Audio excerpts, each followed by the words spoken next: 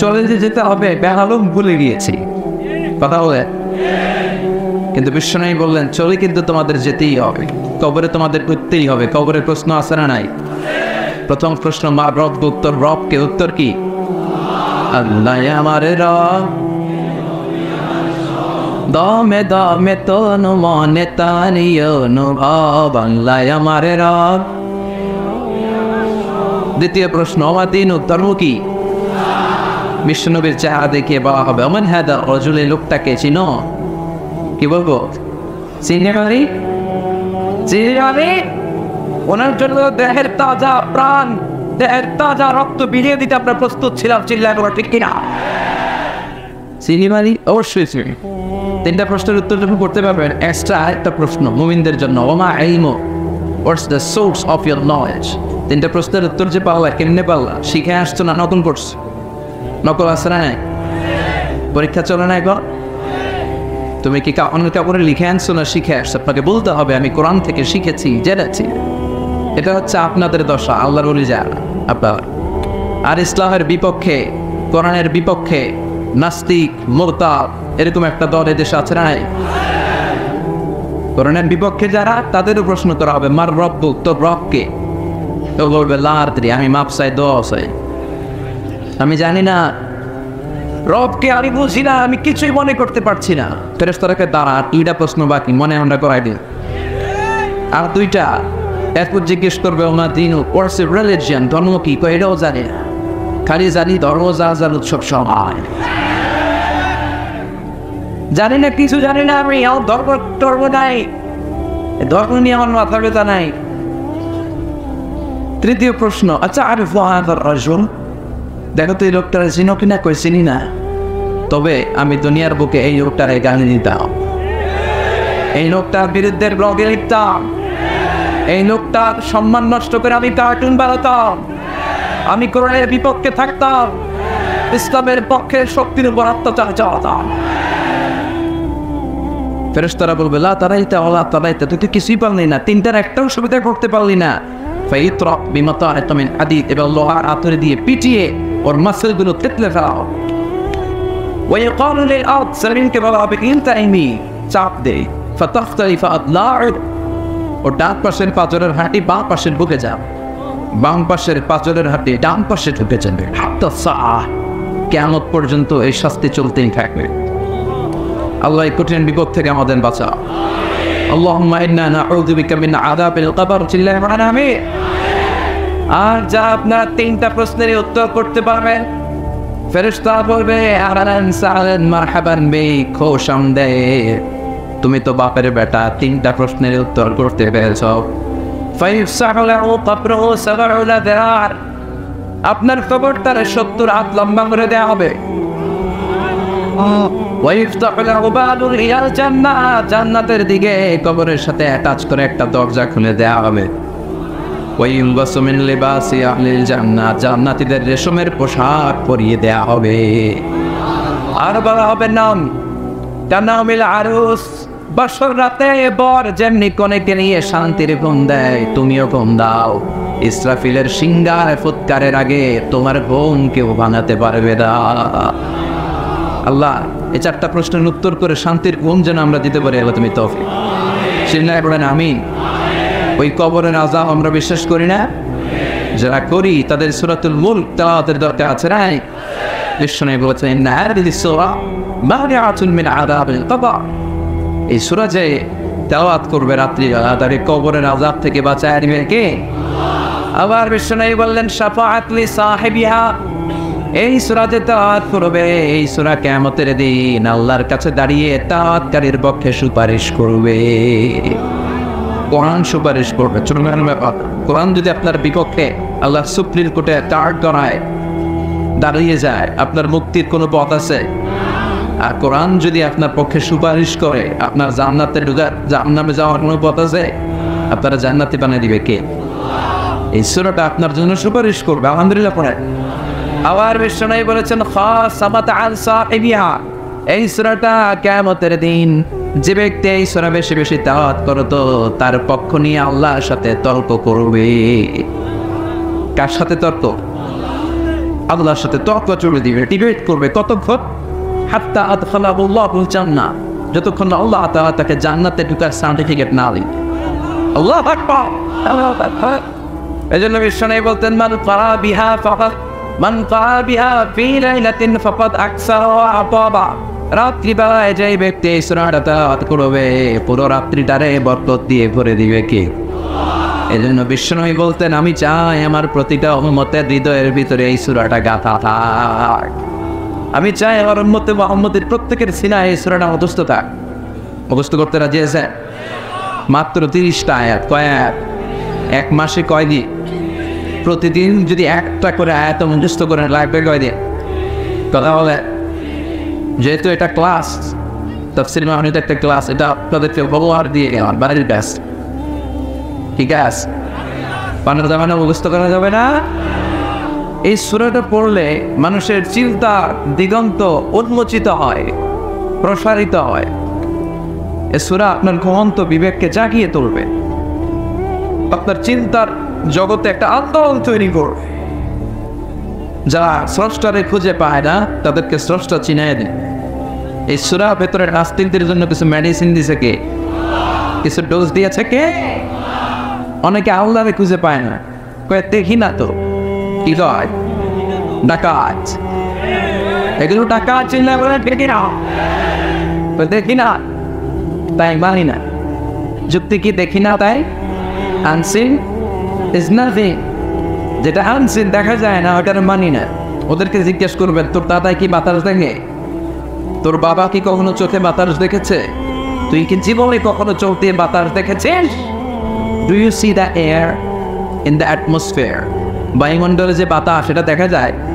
So why do you believe on that? তাই বাতাসে বিশ্বাস করিস কেন? ওরা কি বাতাস বিশ্বাস করে না? বলেন, do you see that bad headache migraine pain when someone feel in his head? কেউ যখন মাথার ব্যথা অনুভব করে, তার মাথা ব্যথা দেখা যায়।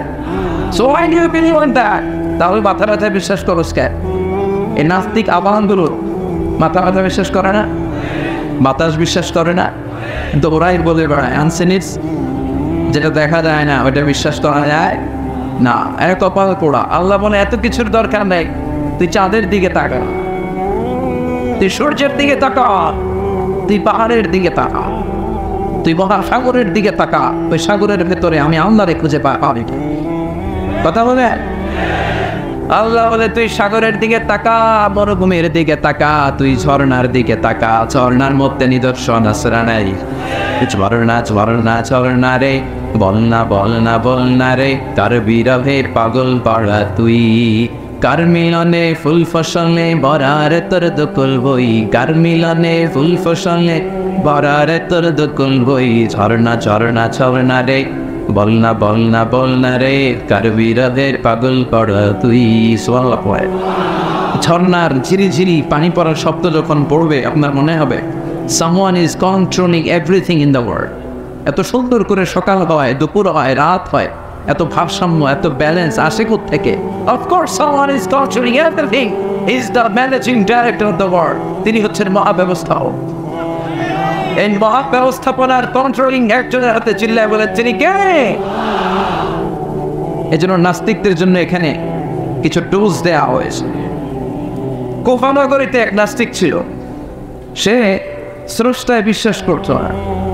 লোকেরা বলল, আমাদের এলাকায় এক ইমাম আছে, তার নাম নু'মান ইবনে সাবিত, সে তোমার স্রষ্টার অস্তিত্ব বিশ্বাস করায় দিবে। সে বলল, পারলে বিশ্বাস করায় দাও।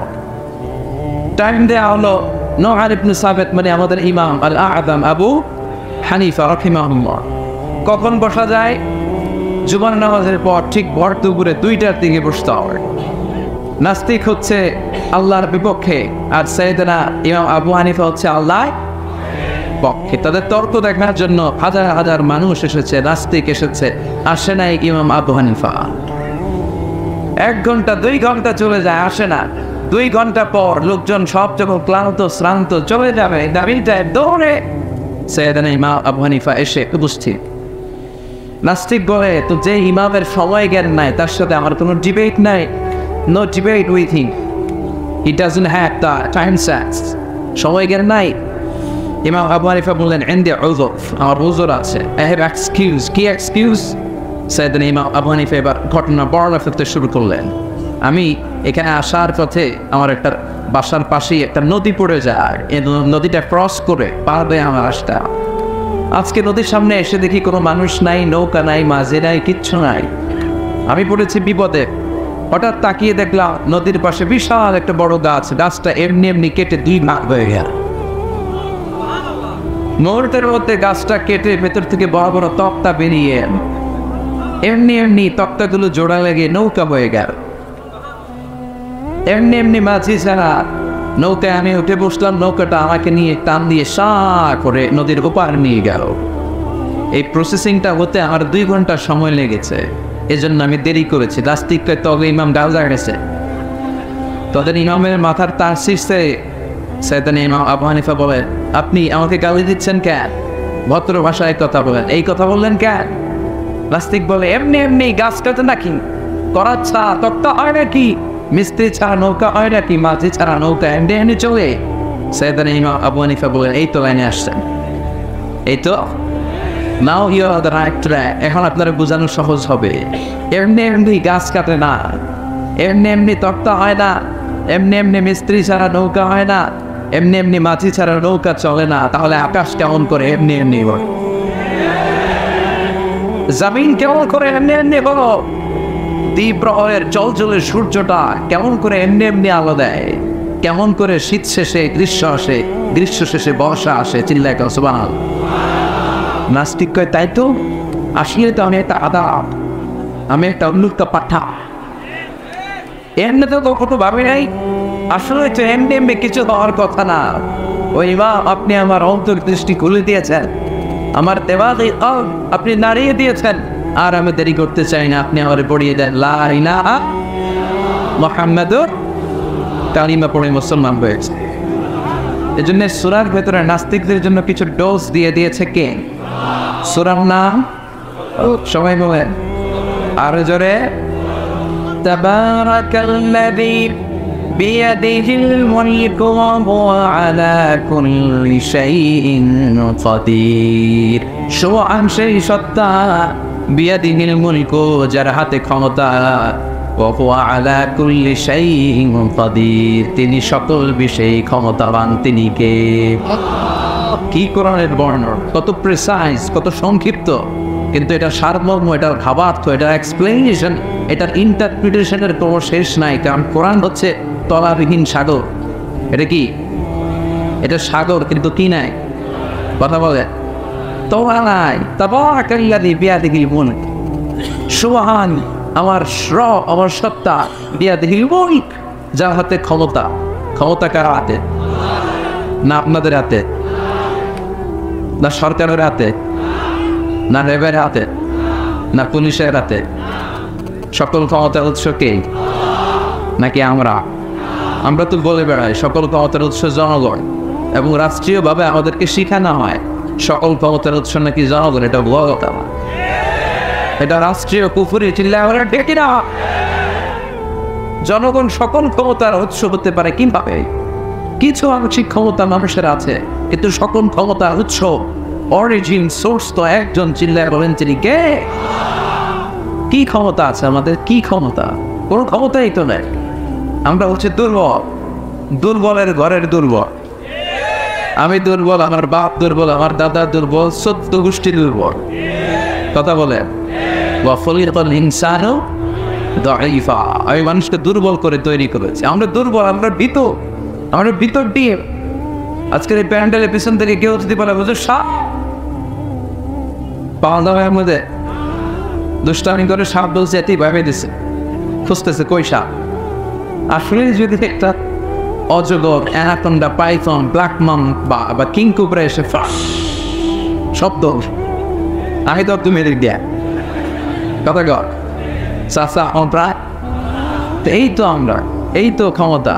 সাপ দরকার নাই, বাবা পেন্সিলের ফেনিতে নাই, খালি লাফায়। 10টা বাবা ব্যাংক, স্টেজে 2টা, স্টেজে 2টা, প্যান্ডেলে 8টা, সেটা দেওয়া হলো। বাবা ব্যাঙের ব্যাঙের কি লাভ দেবে? বাবা ব্যাঙের সে বড় বাবা ব্যাঙ আছে দিদি, আল্লাহ ভয়ের চোটে চিল্লায় কোনো ঠিক কিনা? কি দুর্বল, তারপরে বলি ক্ষমতা আমার, দাপট আমার, এলাকা আমার, সব কি তোমার, কিচ্ছু তোমার নয়। সকল ক্ষমতার মালিক একজন, চিল্লায় বলেন তিনি কে? অসুস্থ হলে, ডায়রিয়া হলে 3 বার টয়লেটে গেলে 4 বারের বেলায় আর চান্দুর মুখ দিয়ে কথা বেরো না, কারে মাফ করে দে, আই মরে যাইও, আই হাইতাম ন, আছে না নাই? দুর্বলতাগুলো ধরা পড়ে তখন সবার কাছে ক্ষমা চায়, মনে হয় আমি বাঁচবো না, আমার মাফ করে দেয়। কেন তুই মরবি? কি এটা ক্ষমতার মালিক? আসলে আমাদের হাতে কোনো ক্ষমতা নেই, ক্ষমতার মালিক একজন, চিল্লায় বলেন তিনি কে? তুফান যখন হয় তখন বোঝা যায় যে আসলে কি ক্ষমতা আছে আমাদের। ফেনীতে তো তুফান হয় না, ভূমিকম্প, বজ্রপাত, বন্যা, ভূমিকম্পের সময় দেখবেন কি অবস্থা, 10 তলা বিল্ডিং এ থাকে, 20 তলা বিল্ডিং, টিল্ডিং ধুয়ে দো, লুঙ্গি সহ ধর, কেউ লুঙ্গি ছাড়া দো, কথা কর। পাগল হয়ে যায় আমরা, খালি নিজে দৌড়াবো নাকি বাচ্চাটারে কোলে নিয়ে দৌড়াবো। আমি টিভিতে কিছু লাইভ প্রোগ্রাম দেখেছি, ক্যামেরা সেট, পুরো স্টুডিও সেট, উপস্থাপক সেট, অতিথি সেট, শুরু হয়েছে ভূমিকম্প, অতিথি মাইক দিয়ে দাও, উপস্থাপক বসে রয়েছে খালি নড়ে, কিছু পরে উপস্থাপক দাও, আসরা নাই। কি দুর্বল, কি অসহায়, কত কম শক্তি দিয়েও আমাদেরকে কত তুচ্ছ নগণ্য ছোট্ট করে বানিয়েছে। সামান্য বল্লা পোকা কামড় দিলে আমরা কিছুই করতে পারি না, বল্লা কামড় দিয়ে দেয় দৌড়, ওটা ধরতেও পারি না। কুকুর আমাদেরকে কামড় দিলে আমরা কুকুরের কামড় খেতে পারি। কথা বলে আমাদেরকে দুর্বল করে তৈরি করেছে কে? দুর্বল। বিপদে পড়লে বোঝা যায়। কক্সবাজারে যখন তুফান হয়, যখন জলোচ্ছ্বাস হয়, সেখানে বিধর্মী যারা আছে নিজের ধর্মের নিয়ম কানুন ভুলে তারা জিকির করে, একজনের চিল্লায় বলেন তিনি কে? মহেশখালী দ্বীপে যখন জলোচ্ছ্বাস হয়, কক্সবাজারের পাশে মহেশখালীতে যখন তুফান হয়, 30 ফুট 40 ফুট লম্বা জলোচ্ছ্বাস যখন হয়, তখন বুদ্ধ ধর্মের যত লোক আছে সবাই জিকির করে লা ইলাহা লা ইলাহা ইল্লাল্লাহু মুহাম্মাদুর রাসূলুল্লাহ সাল্লাল্লাহু। তখন নিজের ধর্মের কৃষ্টি, কালচার, নীতিবাক্য সব ভুলে যায়, তখন জিকির করে একজনের কে? আমি একবার তুফানে পড়েছি লঞ্চে, বরিশাল থেকে ফেরার পথে, তখনও একই অবস্থা দেখেছি। লঞ্চের সবাই আস্তিক, নাস্তিক, হিন্দু, মুসলমান, সবার মুখে একজনের জিকির, তিনি কে? লঞ্চ যখন কেঁপে ওঠে সবাই বলে বাঁচাও। আমি বললাম কে বাঁচাইব? হুজুর আপনি বাঁচা। আপনি দোয়া কেমন পারেন, আপনি বাঁচান। আমি বলে বাঁচাম, তাহলে আমারে বাঁচাইব কে? কথা বলে বাঁচানোর শুধু একজন, তিনি ছাড়া কেউ তো ওরে বাঁচাতে পারে। আমরা তাফসির মাহফিলের প্রয়োজনে এক জেলা থেকে আরেক জেলায় কোরআনের কথা শোনানোর জন্য ছুটে বেড়াই। মাঝে মাঝে আমাদের শিডিউল এত টাইট শিডিউল হয়, কক্সবাজারে আজকে প্রোগ্রাম, এর পরের দিন প্রোগ্রাম সাতক্ষীরা, যশোর। ফলে আমাদের সিভিল এভিয়েশনের যে প্লেনগুলো, অর্থাৎ বেসামরিক যে কর্তৃপক্ষের যে বিমান চলাচল আভ্যন্তরীণ রুটের, এই বিমানগুলো আমরা ইউজ করি। কক্সবাজার থেকে ঢাকায় আসি, বিকেলের ফ্লাইটে ঢাকা থেকে যশোর যাই।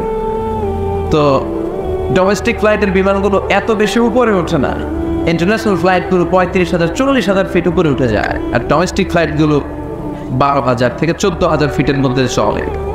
তো সেখানে কিছু এয়ার হোস্টেস আছে, সুন্দরী, বিউটিফুল লেডি, তারা এসে আমাদেরকে খাবার দাবার দেয়, তারা আমাদেরকে সিট বেল্ট বাঁধতে বলে। তো বিমানটা যখন টেক অফ করে, তখন এই লিপস্টিক দেয়া, সুটের বুটে সেজে আসা মেয়েগুলাও একজনের জিকির করে, তিনি কে? যখন বিমানটা উপরের দিকে ওঠে, মেয়েগুলো বলতে শুরু করে, ভদ্র মহিলা এবং ভদ্র মহোদয়, আপনারা আপনাদের সিট বেল্টগুলো বেঁধে নিন। এখনই আমাদের উড়োজাহাজটি শাহজালাল আন্তর্জাতিক বিমানবন্দর থেকে শাহ আমানত বিমানবন্দরের উদ্দেশ্যে 14,000 ফিট উপর দিয়ে ছেড়ে যাবে। এরপরে শুরু করে পড়া আল্লাহু আকবার, আল্লাহু আকবার, আল্লাহু আকবার, সুবহানাল্লাযী সাখখারা লানা হাযা ওয়া মা কুন্না লাহু মুকরিনিন ওয়া ইন্না ইলা রাব্বিনা লামুনকালিবুন। আমি অবাক হয়ে শুনলাম, নামাজ নাই, রোজা নাই, কি ড্রেস, কি বেশভূষা, কিন্তু বিমান ওঠার সময় শুরু হয় আল্লাহু আকবার, আল্লাহু আকবার, আল্লাহু আকবার। কারণ সেও খুব ভালো করে জানে এখনই বিমানটা এই জামিন ছেড়ে গ্রাউন্ড ছেড়ে দিয়ে 14,000 ফিট উপরে উঠে যাবে। ওখানে বাঁচানোর জন্য ওর বাবা নাই, ওর মা নাই, ওখানে প্রধানমন্ত্রী নাই, ওখানে র্যাব নাই, ওখানে মিডিয়া নাই, ওখানে কেউ নাই, কেউ তাই বাঁচাতে পারে না। একজন ছাড়া চিল্লা বলে চিনি কে?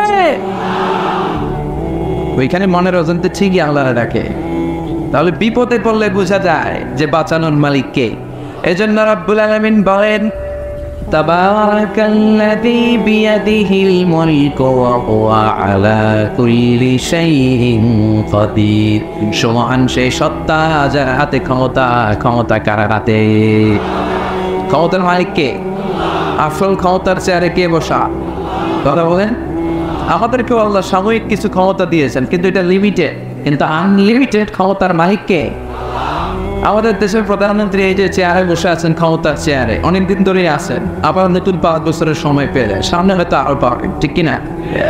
এই যে ক্ষমতার রদবদল, পৃথিবীর অনেক দেশে ক্ষমতার চেয়ার দেখবেন 5 বছরের সিস্টেম, 5 বছর পরে আবার ভোটাভুটি ইলেকশন। কোন দেশে 10 বছর, কোন দেশে 20 বছর। তো আল্লাহ যে ক্ষমতার চেয়ারে বসছে, ওনার মেয়াদ কয় বছর? 50, 100, 200। ওনার মেয়াদ তো আনলিমিটেড। আল্লাহ ক্ষমতার আজীবন মেয়াদ। চিল্লায় বলেন ঠিক কি না? রব্বুল আলামিন বলেন, ওয়াল আউয়ালু ওয়াল আখিরু ওয়াল যাহিরু ওয়াল বাতিন ওয়া হুয়া বিকুল্লি শাইইন আলিম। আল্লাহ বলে, আমি প্রথম, আমি শেষ, আমি প্রকাশ্য, আমি গোপন। আমার আগে ক্ষমতা চেয়ারে কেউ ছিল না, আমার পরেও কেউ থাকবে না, ঠিক কি না? প্রথমে কে, শেষেও কে? প্রথমে আল্লাহ আল্লাহ, শেষেও আল্লাহ আল্লাহ, আকাশে আল্লাহ আল্লাহ, জমিনেও আল্লাহ আল্লাহ। পড়েন সবাই, প্রথমে আল্লাহ, শেষেও আল্লাহ আল্লাহ, আকাশে আল্লাহ আল্লাহ, জমিনে আল্লাহ আল্লাহ। নিখিল জাহান গায়ে গুণগান, তার নামে গায় আমরাও গাহি তাআলা, হামদে বারি তাআলা, হামদে বারি তাআলা, হামদে বারি তাআলা। সুবহানাল্লাহ পড়েন না? তার মানে ওনার ক্ষমতায় 5 বছর, 10 বছর, 100 বছরের কোনো নির্ধারিত মেয়াদ নাই। ওনার ক্ষমতা জীবনের মেয়াদ, ঠিক কিনা? আজীবন রাজা, সব রাজার বড় রাজা, মহারাজা। আবার পৃথিবীতে দেখবেন কোন দেশে ডেমোক্রেটিক সিস্টেমে, আমাদের দেশে তো ডেমোক্রেসি, ডেমোক্রেটিক সিস্টেমে ভোটে জিতে ক্ষমতায় আসতে হয়। তো আল্লাহ তো ভোটে জিতে আসছে, তাই না? কথা বলেন। আমরা ভোট দিয়েছিলাম, একবারে আল্লাহ ক্ষমতার চেয়ার। পৃথিবীর অনেক দেশে মনার্কি সিস্টেম, রাজতন্ত্র, রাজার ছেলে রাজা, আল্লাহর বাপ ছিল রাজা, এই জন্য আল্লাহ রাজা। এটাও না। আচ্ছা, পৃথিবীর অনেক দেশে ডিক্টেটরশিপ, স্বৈর শাসন, ক্ষমতায় বসলে আর ছাড়বার চায় না। আচ্ছা নাই? তো আল্লাহ এরকম একবার চায় পাইছে, আসা না এরকম। আল্লাহ বলে, তোদের ক্ষমতার মতো আমার ক্ষমতা না, আমি চিরকালের জন্য ক্ষমতার চেয়ারে বসা, আমি সবকিছুর মালিক। চিল্লায় বলেন ঠিক না? আল্লাহ বলে, কুলিল্লাহুম্মা মালিকাল মুলক, এই ক্ষমতা আবার মুলকের মালিককে। আবার পৃথিবীর অনেক দেশে দেখবেন কোয়ালিশন করে ক্ষমতায় যেতে হয়, এটা পারে না। বাংলাদেশে এটা বলে জোটের রাজনীতি। কিসে আছে না? হ্যাঁ, 4 দলীয় জোট, 8 দলীয় জোট, 14 দলীয় জোট, 18 দলীয় জোট, 20 দলীয় জোট, মহাজোট, আছে না? আল্লাহ তো এরকম জোটে ক্ষমতায় আসছে। আল্লাহ জোট করা আছে। আল্লাহ বলে, খবরদার, ওয়ামিরুল্লাহু শারীকুন ফিল মুলক, আমার মুলকে, আমার কিংডমে, আমার সভরেনিটি, আমার পাওয়ারের ভেতরে কোনো শরীক নাই, কোনো পার্টনার নাই। চিল্লায় ঠিক কিনা? আমি একা ক্ষমতার মালিক, একা, কোনো পার্টনার লাগে না, আমার অংশীদার লাগে না। সুবহানাল্লাহ।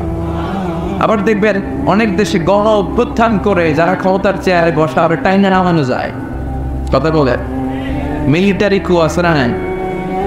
দেশ যদি উত্তাল হয়ে যায়, এরকম আন্দোলনের মুখে সরকার পতন হয় না? তো আমরাও যদি সবাই মিলে এই 700 কোটি মানুষ আল্লাহর বিরুদ্ধে আন্দোলনে নামে, তাহলে আল্লাহর তো গতি শেষ।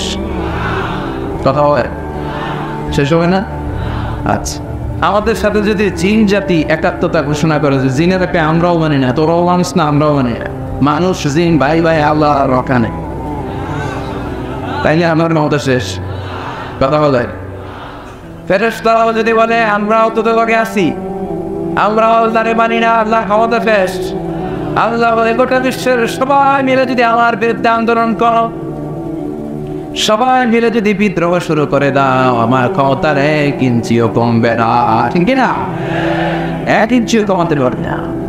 দেখেন কি ক্ষমতার মালিক তিনি। পৃথিবীর অনেক দেশে যারা ক্ষমতার মালিক, রাজার অনেক রাজা আছে যারা বয়সের ভাইয়ের রুজ্জ হয়ে শেষকালে ইচ্ছা করেই ক্ষমতা ছেড়ে দেয়। বয়সের ভাই, বয়স হচ্ছে 90, চোখেই দেয় না, কি ক্ষমতা চালাবে? আছে না? ইচ্ছে করে ক্ষমতা চায়। এটা বলে কি জানেন? Self retirement. সেলফ রিটায়ারমেন্ট, সে চায় অবসরে চলে যায়। তো আল্লাহ তো সেই কবে থেকে ক্ষমতার চেয়ারে বসা, এখন রিটায়ারমেন্টে যাওয়ার সময় আসছে। কথা কর, বয়স অনেক হয়েছে, আগের মতো আল্লাহ চোখে দেখে না, আল্লাহর এখন লাভি নিয়ে আলো হয়। কথা বলে যেই ফেরাউনকে আল্লাহ সাগরের ভেতরে ডুবিয়ে আনলো, যেই কারণকে আল্লাহ জামিনের ভেতরে গেড়ে দিল, যে আবু জাহেলকে আল্লাহ সাকার করে দিল, ওই আল্লাহর ক্ষমতা ঠিক আগের মতো আজও আছে নেই। এজন্য রাব্বুল আলামিন বলেন তাবারাকাল্লাযী বিয়াদিহিল মুলকু ওয়া হুয়া আলা কুল্লি শাইইন কাদির। সোহান সেই সত্তা যার হাতে ক্ষমতা, আর তিনি সকল বিষয়ে ক্ষমতাবান। ও হুয়া আলা কুল্লি শাইইন কাদির, তিনি সব বিষয়ে ক্ষমতাবান। তিনি রাজারে প্রজা বানায়, প্রজারে রাজা বানায়, ধনীরে গরিব বানায়, গরিবরে ধনী বানায়। তিনি পাহাড়কে দরিয়া করতে পারে, দরিয়াকে পাহাড় করতে পারে। চিল্লায় বলেন ঠিক কিনা? এত কিছু করতে হলে আর কিচ্ছু লাগে না, উনি শুধু কোন বলে ইন্নামা আমরুহু ইযা আরাদা শাইআন আইয়াকুলা লাহু কুন ফায়াকুন। যখন কিছু করতে মনে যায় তিনি শুধু বলে কোন, ও বি ইট ওয়াজ। এই যে মহাবিশ্ব তৈরি হয়েছে, বিজ্ঞানীরা বলে এটা বিগ ব্যাং এর মধ্য দিয়ে হয়েছে। মহাবিস্ফোরণ, বিগ ব্যাং। স্টিফেন হকিং একটা বই লিখেছে from big bang two black hole, a brief history of time. এখানে সে প্রমাণ করেছে মহা একটা বিস্ফোরণের মধ্য দিয়ে এই পৃথিবীর উৎপত্তি। এই বিস্ফোরণের সময় প্রচন্ড একটা শব্দ হয়েছে। এই শব্দটা কি জানেন? এই শব্দটা হচ্ছে কোন। শব্দটা কি? আল্লাহ শুধু বলেছে কোন। এই কোনের ধাক্কায় বিগ ব্যাং, বিস্ফোরণ, মহাবিশ্বের এই মহাবসুন্ধরার সৃষ্টি। চিল্লায় সুবহানাল্লাহ। এজন্য রব্বুল আলামিন বলেন তাবারাকাল্লাযী বিয়াদিহিল মুলকু ওয়া হুয়া আলা কুল্লি শাইইন কাদির। সোহান সেই সত্তা যার হাতে ক্ষমতা, ক্ষমতা কার হাতে? আর কোনদিন বলবে ক্ষমতা আমাদের হাতে? মরার আগের দিন পর্যন্ত কোনদিন বলা যাবে যে ক্ষমতা আমাদের হাতে? ক্ষমতা নিরঙ্কুশ একচ্ছত্র মালিকা একজন। চিল্লায় বলেন তিনি কে? আমরা বললাম আল্লাহ, বুঝলাম আপনি ক্ষমতার মালিক। আর কিসের মালিক? আল্লাহ বললেন আল্লাযী খালাকাল মাউতা ওয়াল হায়াতা লিয়াবলুয়াকুম আইয়ুকুম আহসানু আমালা ওয়া হুয়াল আজিজুল গফুর। তিনি এমন সত্তা যিনি জীবন তৈরি করেছেন, মরণ তৈরি করেছেন। জীবন দেখে, মরণ দেখে। আপনি চাইলেও কি মৃত্যুর 1 সেকেন্ডের জন্য আটকে রাখতে হবেন? লা ইস্তাগফিরুনা সাআতাও ওয়া লা ইস্তাকদিমুন। আল্লাহ বললেন 1 সেকেন্ড আগে হয় না, 1 সেকেন্ড পরে হয় না। ঠিক যখন মৃত্যুটা লেখা হয়েছে তখনই মৃত্যুর বন্দোবস্ত করে দেয় কে? আপনি চাইলেও আটকে রাখতে পারবেন না। আসল সিকিউরিটি তার মালিককে। কথা বলে দেখবেন মন্ত্রী মিনিস্টাররা, হাই প্রোফাইলের লোকেরা সিকিউরিটির জন্য বডিগার্ড রাখে, আসে না? তারপরে অনেক সময় দুর্ঘটনা ঘটে যায়, সন্ত্রাসী এসে গুলি মারে, মন্ত্রীর কপালে লেগে কপাল ছিদ্র। সবাই পরে বডিগার্ডে ধরে, কিরে বেটা লাখ টাকার বেতন খাস, মন্ত্রী বললো কেন? বডিগার্ড বলে আমি তো বডিগার্ড, আমি তো রঘু গার্ড না। মন্ত্রীর বডি আছে, বডি লিয়ে দাও। কথা বলেন, তার মানে রঘুর গার্ড কেউ দিতে পারে না। রঘুর মালিক কে?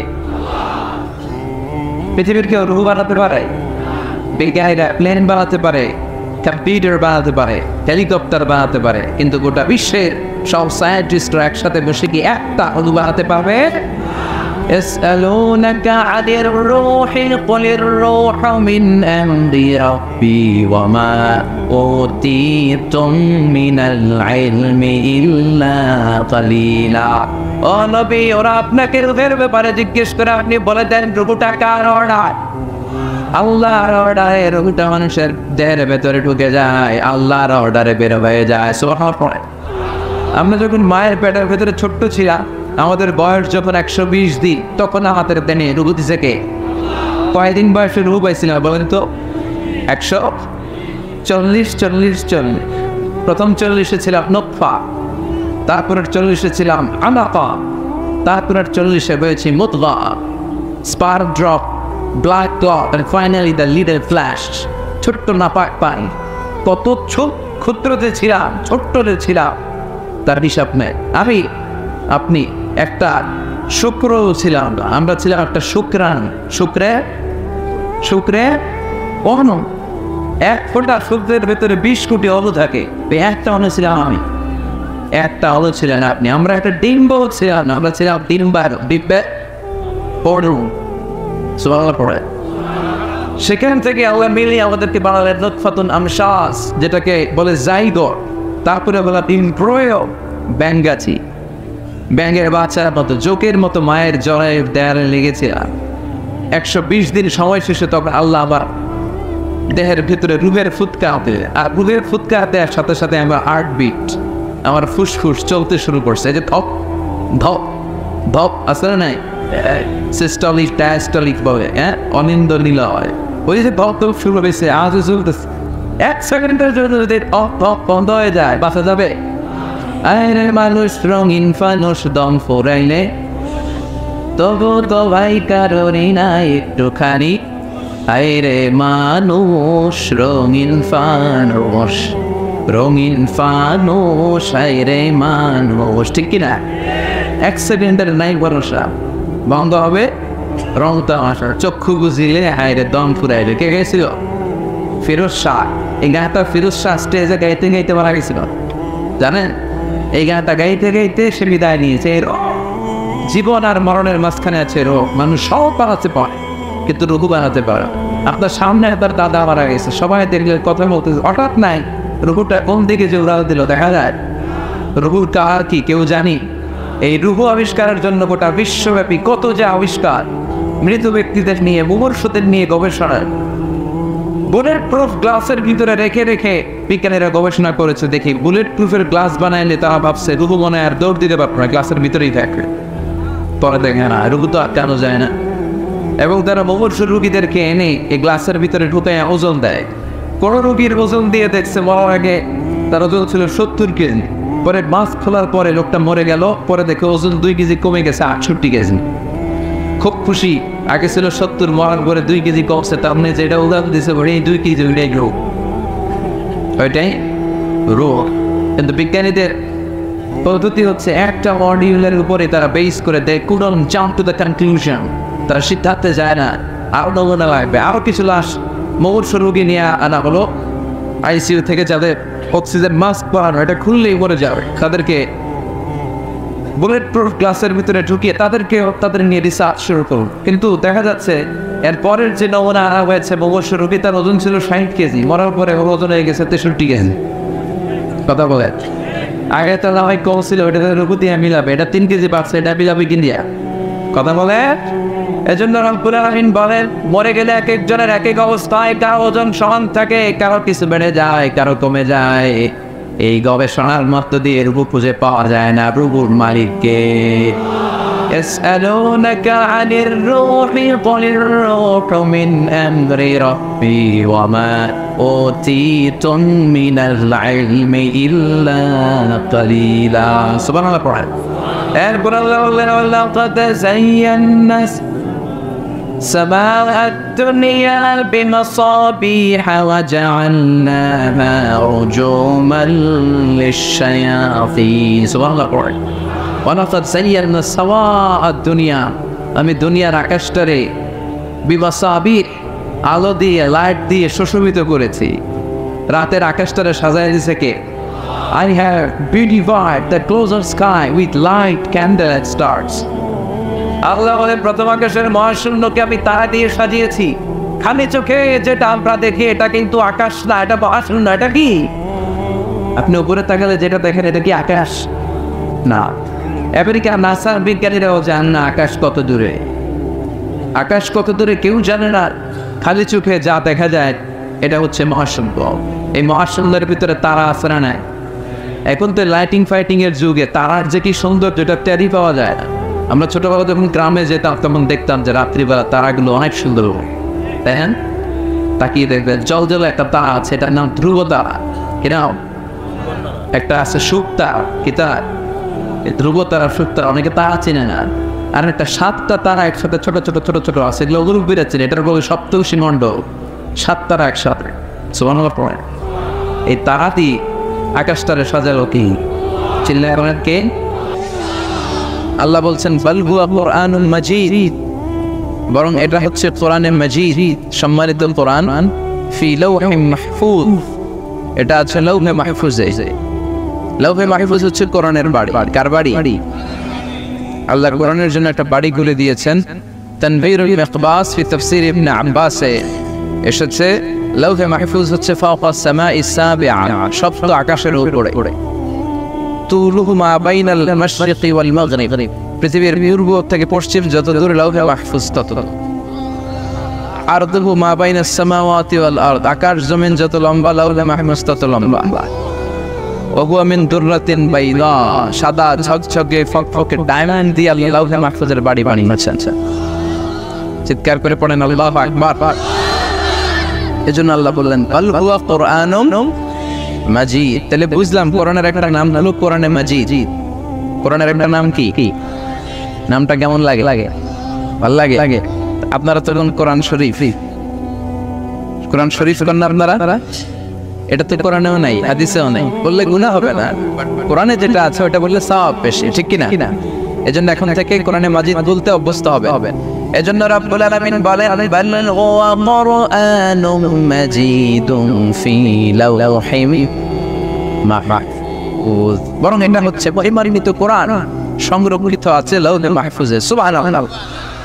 আবার আল্লাহ বললেন কোরআনের আরেক নাম কোরআনে কারীম, ইন্নাহু লাকুরআনুন কারীমুন ফি কিতাবিন মাকিন, নিশ্চয় এটা হলো মহিমান্বিত কোরআন, কোরআনে কারীম, গোপন কিতাবে কোরআনকে সংরক্ষণ করেছে কে? তাহলে আরেক নাম পাওয়া গেল কোরআনে কারীম। আর প্রথমে পাইলাম কোরআনে মাজিদ। আবার আল্লাহ বললেন ইয়াসিন ওয়াল কুরআনিল হাকীম ইন্নাকা লামিনাল মুরসালিন। ইয়াসিন ওয়াল কুরআনিল হাকীম, কি সুন্দর নাম! কোরআনে মাজিদ, কোরআনে কারীম, কোরআনে হাকীম, এগুলো না বলে আমরা কি বলি? কোরআন শরীফ। এজন্য কোরআন শরীফ বলবেন না, কোরআনে কারীম বলবেন। আবার আল্লাহ বললেন এই কোরআনের আরেক নাম কোরআনে আযীম, ওয়ালাকাদ আতাইনাকা সাবআম মিনাল মাসানি ওয়া নাবিবি, আমি আপনাকে নিত্য পাঠনীয় সপ্তবাক্য সূরাতুল ফাতিহা দিয়েছি, আর আমি আপনাকে কোরআনে আযীম দিয়েছি। সুবহানাল্লাহ। কোরআনে আযীম, মহিমান্বিত কোরআন। তাহলে আরেকটা নাম পেলাম, কি নাম? কোরআনে আযীম। আবার আল্লাহ এই কোরআনকে বলেছেন কোরআনে আরবি, ইন্না আনসালনাহু কুরআনান আরাবিয়্যান লাআল্লাকুম তাআকিলুন, নিশ্চয় আমি কোরআনকে নাজিল করেছি আরবি ভাষায়। কোন ভাষায়? এজন্য বিশ্বনবী যেহেতু আরবি ভাষাভাষীর, বিশ্বনবীর নাম রাসূলে আরবি, কোরআন আরবি ভাষায়, তাই কোরআনের নামও কোরআনে আরবি। কত চমৎকার নাম! আবার কোরআনের আরেক নাম কোরআনে আজীব, বিস্ময়কর কোরআন, ইন্না সামি'না কুরআনান আজাবা ইয়াহদি ইলার রুশদি ফাআমান্না বিহি। তাহলে আমরা পেলাম কোরআনে মাজিদ, আমরা পেলাম কোরআনে কারীম, আমরা পেলাম কোরআনে হাকীম, আমরা পেলাম কোরআনে আযীম, আমরা পেলাম কোরআনে আরবি, আমরা পেলাম কোরআনে আজীব। সুবহানাল্লাহ। এজন্য এই নামগুলো ধরে ধরে কোরআনকে ডাকবেন তো, নাকি কোরআন শরীফ কইবেন? কি কইবেন? কোরআনে কারীম বলবেন। কি বলবেন? এই কিতাবটা এমন কিতাব যে কিতাব পড়তে না জানলেও নজর করে তাকালেও সওয়াব আছে না নাই? বিশ্বনবী বললেন নাযারু ইলা সালাসাতি আশিয়া ইবাদা, তিনটা জিনিসের দিকে নজর করা মাত্রই আমলনামায় সওয়াব দিয়ে দেয় কে? এক হচ্ছে নাযার ইলাল কাবা, কাবার দিকে নজর করলে আমলনামায় সওয়াব দিবে কে? দুই নাম্বার নাযার ইলা ওয়াজহিল ওয়ালিদাইন, মা বাবার চেহারার দিকে যদি রহমতের নজর নিয়ে তাকান, কবুল হজের সওয়াব আমলনামায় দিবে কে? তিন নম্বরে নাযার ইলাল মুসহাফ, মুরব্বী মানুষ কোরআন শিখতে পারে নাই, কোরআনের দিকে তাকিয়ে নজর করে চোখের পানি ছাড়ে আঙ্গুল দিয়ে কোরআনের আয়াতগুলোর উপর আঙ্গুল টানতে থাকে। এই কোরআনের দিকে নজর করার সাথে সাথে ওই লোকের আমলনামাতেও সওয়াব দিবে কে? পৃথিবীর এমন কোনো বই আছে যেটার দিকে নজর দিলে সওয়াব? কথা বলেন। আপনাদের এলাকায় এমন কোনো লেখক আছে যার লেখা বইয়ের দিকে তাকাইলে সওয়াব? জাফর ইকবাল স্যার আছেন একজন, ওনার বইয়ের দিকে তাকাইলেই তো সওয়াব। সুন্দর সুন্দর বই লেখেন, নবীর নামে ভূতের বাচ্চা সুলাইমান, বেটা তুই ভূতের বাচ্চা, ঠিক কি না? নবীদের নামে উল্টা পাল্টা বই বানায়, বিশ্বনবীর গালি দেয়, এরকম কপাল পোড়া কালপ্রিট বাংলাদেশে আছে না নেই? আমরা দুইটা জায়গায় বড় দুর্বল। এক হচ্ছে আমার কোরআন, এই কোরআনের বিরুদ্ধে কথা বললে আমার কলেজে আগুন ধরে যায়। আমার নবীর বিরুদ্ধে কথা বললে আমাদের কলেজে আগুন ধরে যায়। নতুন এক উল্লুকা পাঠা নাস্তিকের আমদানি হয়েছে, কি নাম? আসাদ নূর। ফেসবুকের লাইভে আইসা কোরআনে পেশাব করব, আর ওর পক্ষ নিয়ে কিছু পিতৃ পরিচয়হীন জারদ সন্তান গতকাল প্রেস ক্লাবে মানববন্ধন করেছে। দেখুন ঠিক কিনা? পুলিশের উচিত বাড়িতে বাড়িতে যে ওদের হামলা করা। বাংলার জমিনে যারা কোরআনের উপর পেশাব করতে চায় তাদের ঠাই বাংলার জমিনে হওয়া উচিত না। চিল্লাই কোন ঠিক কিনা? বাংলাদেশের গভর্নমেন্টের উচিত আগামী জুমাবারে বাইতুল মুকাররমে জুমার নামাজের পরে স্কয়ারের সামনে ওকে ফাঁসির রশিদে ঝুলিয়ে দেয়া। বিশ্বনবীর যদি গালি দেয়, কোরআনের বিরুদ্ধে যদি কথা বলে, আমাদের কলেজে আগুন লাগে কি লাগে না? আগুন লাগে মুসলমান। তারপর তাকে তো হাত উঁচু করে আল্লাহর দেখান।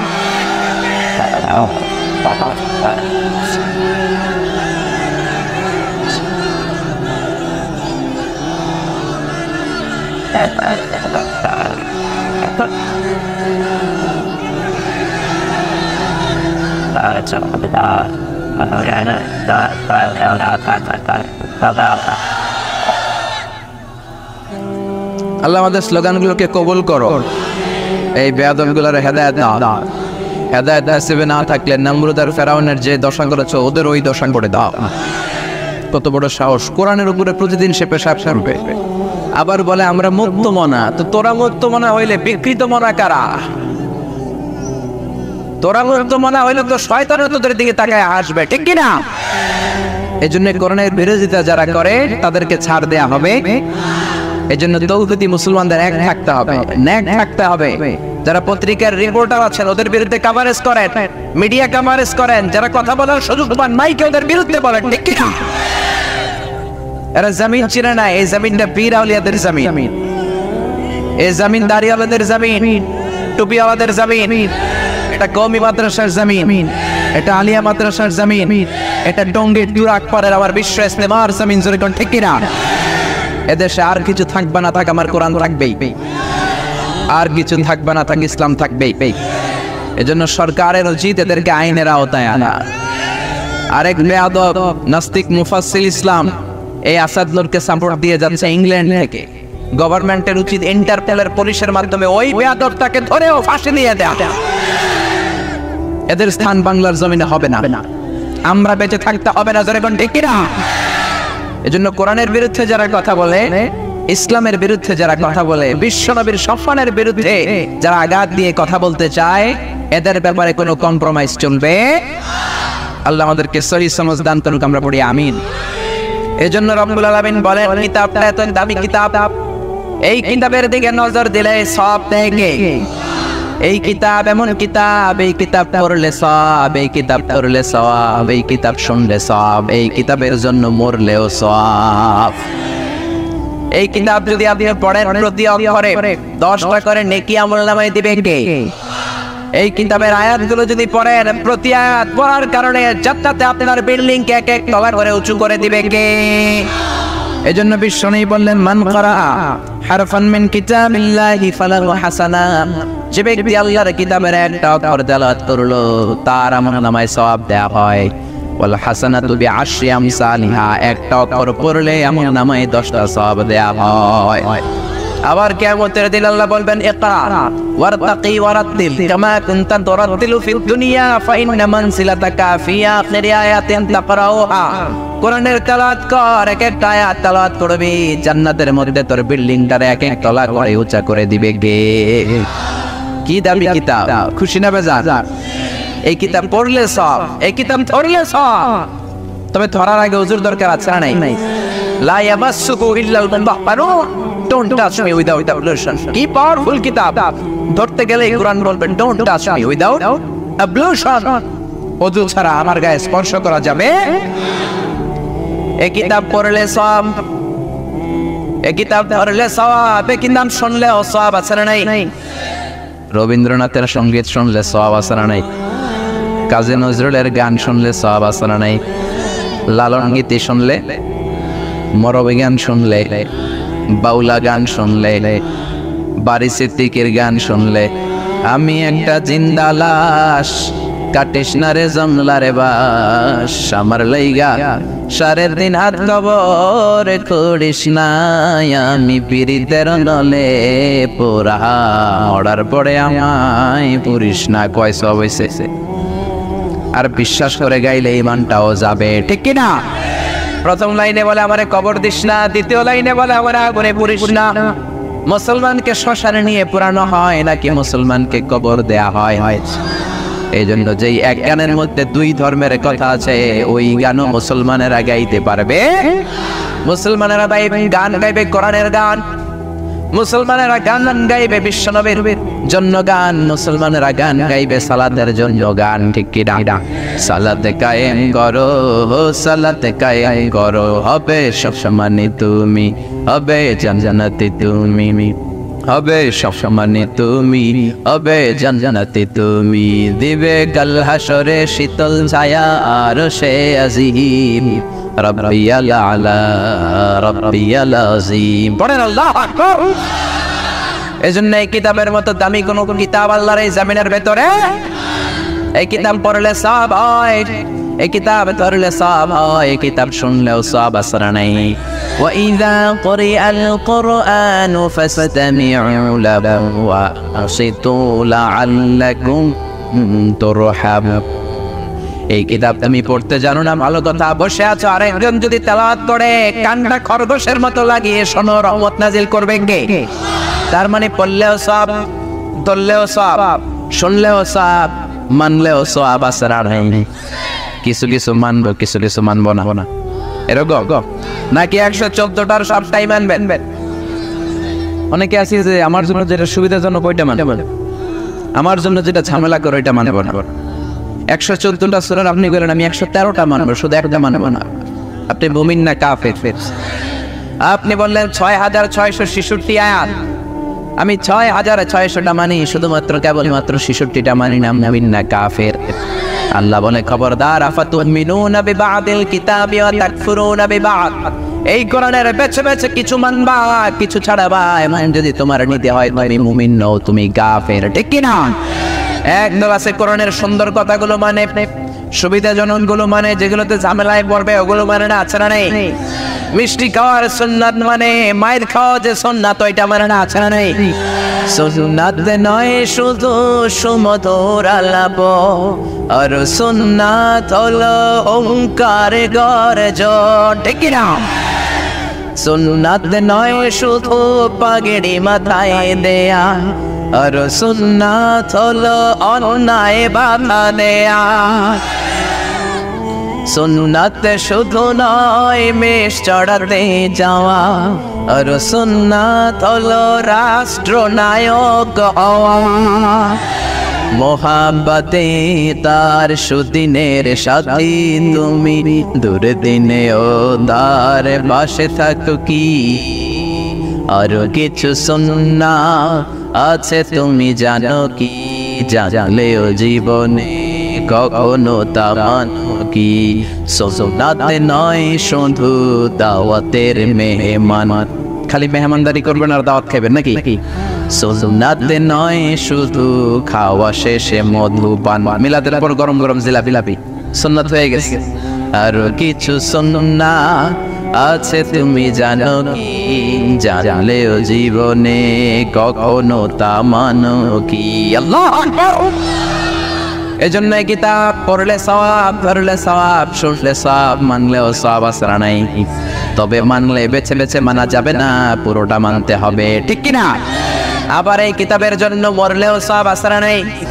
এই কিতাবের আন্দোলন করতে যে যারা দেহের তাজা রক্ত বিলিয়ে দিল তাদেরকে শহীদ করে দাঁড় করাবে কে? ওয়ালা তাকুলু লিমান ইয়ুকতালু ফি সাবিলিল্লাহি আমওয়াত বাল আহইয়াউন ওয়ালাকিন লা তাশউরুন। আল্লাহর রাস্তায় যারা জীবন দিল, আল্লাহর রাস্তায় যারা রক্ত দিল কোরআনের আইন বাস্তবায়নের জন্য, খবরদার ওদেরকে মৃত বলো না। কিয়ামতের দিন ওদেরকে শহীদের কাতারে দাঁড় করায়া দিবে কে? এজন্য কোরআনের জন্য রক্ত ঢালতে রাজি আছি না নাই? কোরআনের জন্য জীবন দিতে রাজি আছি না নাই? অর্থ ব্যয় করতে রাজি আছি না নাই? জেল খাটতে রাজি আছি না নাই?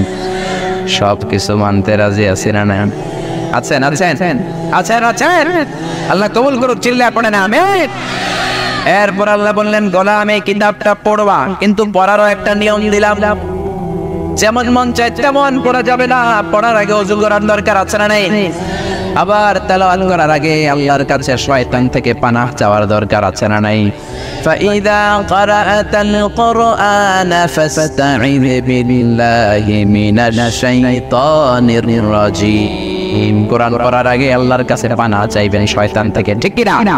পড়েন আউযু বিল্লাহি মিনাশ শাইতানির রাজিম বিসমিল্লাহির রহমানির রহিম। সুবহানাল্লাহ। ওযু করতে হয়, শয়তান থেকে পানাহ চাইতে হয়, আল্লাহর নামে শুরু করতে হয়, তারপরে তারতিল আর তাজবিদের সাথে পড়তে হয়। কার কথা? ওয়ারাত্তিলিল কোরআন তারতিলা। যেমন মনে চায় পড়া যাবে না, অশুদ্ধ করে কোরআন তেলাওয়াত করা যাবে না, তারতিলের সাথে পড়ার দরকার আছে না নাই? গুনগুন করে সুর দিয়ে কোরআন পড়ার দরকার আছে না নাই? বিশ্বনবী বলেছেন, মান লাম ইয়াতাগান্না বিল কোরআন ফালাইসা মিন্না। যে গুনগুন করে সুর করে কোরআন পড়ে না, ও আমার উম্মত হতে পারে না। এজন্য সুর করে পড়বে। অনেকে বলে, হুজুর আমার সুর নাই। আপনার যেটা আছে ওইটাই সুর, ঠিক কি না? বাথরুমের ভিতরে ঢুকলে বোঝা যায় কত সুর আছে মানুষের গলায়। কাপড় কাচতে গেলে বোঝা যায় কত সুর। সবাই তখন শিল্পী হয়ে যায়। যতটুকু সুর আল্লাহ দিয়েছে ওই সুরটারে কাজে লাগিয়ে কোরআন আনি পড়বেন। আরব বিশ্বের শায়েখারা যেই সুরে পড়ে ওই সুরে পড়লে কবুল করে নেবে কে?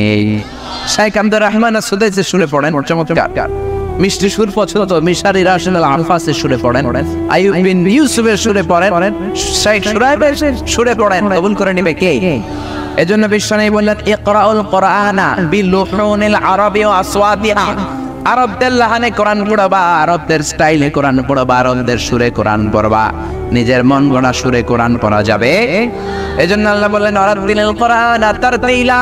তারতিলের সাথে তাজবিদের সাথে পড়ো, কবুল করবেন কে? কিন্তু আমাদের রমজান মাসে তারাবির বেহাল দশা আছে না নাই? কই যায় তারতিল, কই যায় তাহসিন, কই যায় তাজবিদ? হাফেজ সাহেবও জানে না, মুসল্লিও জানে না। কোথায় গেল আমার ইউসুফ নবীর কাহিনী? কোথায় আযাবের আয়াত, কোথায় জান্নাতের আয়াত? কিচ্ছু টের পাওয়া যায় না। জাপানের রেলগাড়িও ফেল, ঠিক কি না?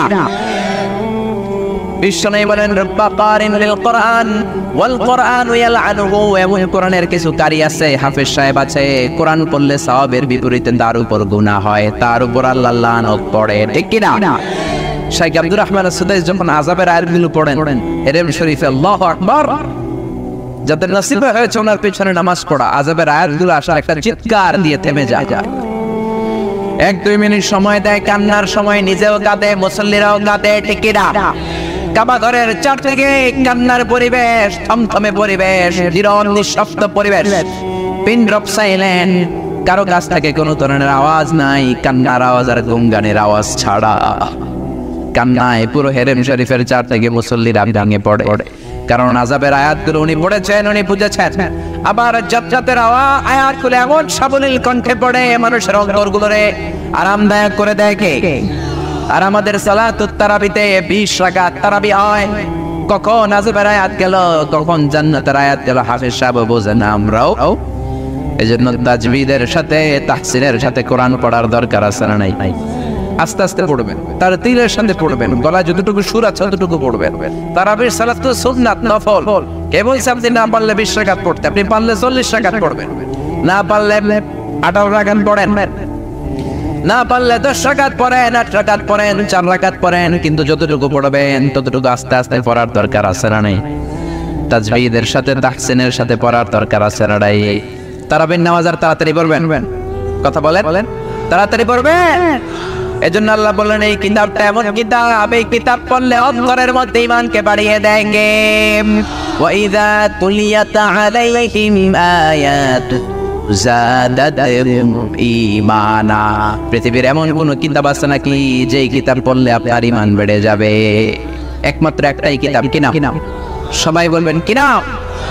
আবার আল্লাহ বললেন এই কোরআনে আমি শিফা দিয়েছি। অসুস্থ ব্যক্তির গায়ে কোরআন পড়ে ফু দিলে সুস্থ করে কে?